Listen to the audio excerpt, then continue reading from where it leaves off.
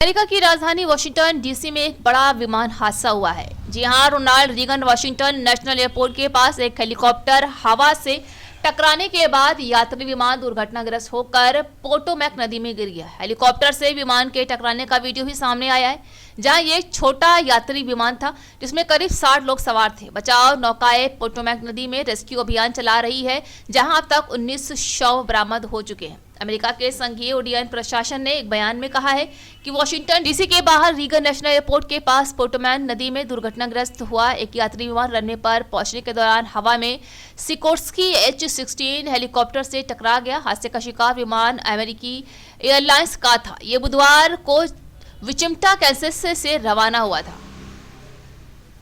तो वहीं CNN की रिपोर्ट के मुताबिक कैंसस में अमेरिकी सीनेटर रोजर मार्शल ने बताया है कि यात्री विमान जिससे हेलीकॉप्टर से टकराया वो अमेरिकी सेना का था। उन्होंने विमान में 60 लोगों के सवार होने की बात कही है, जहां मार्शल ने एक्स पर लिखा है कि आज रात हमें एक ऐसी विनाशकारी खबर मिली है जिसे एक बुरे सपने से कम नहीं कहा जा सकता है, जिसमें 60 यात्री सवार थे, वो दुर्घटनाग्रस्त हो गया है।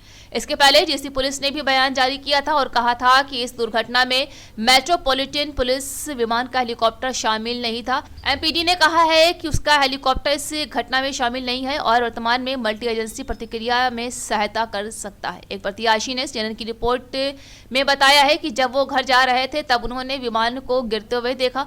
उन्होंने बताया है कि गाड़ी चलाते समय जब मैंने शुरू में विमान को देखा तो ये ठीक लग रहा था, लेकिन जमीन की ओर बढ़ने वाला था, शायद पानी से 120 फीट ऊपर। ये काफी छोटा लेकिन समान आकार का यात्री जेट लग रहा था। उन्होंने आगे बताया है कि 3 सेकंड विमान पूरी तरह से दाईं ओर झुका हुआ था, जहां 90 डिग्री से आगे ये बहुत चमकीले पीले रंग में जल रहा था और इसके नीचे चिंगारी फूट रही थी।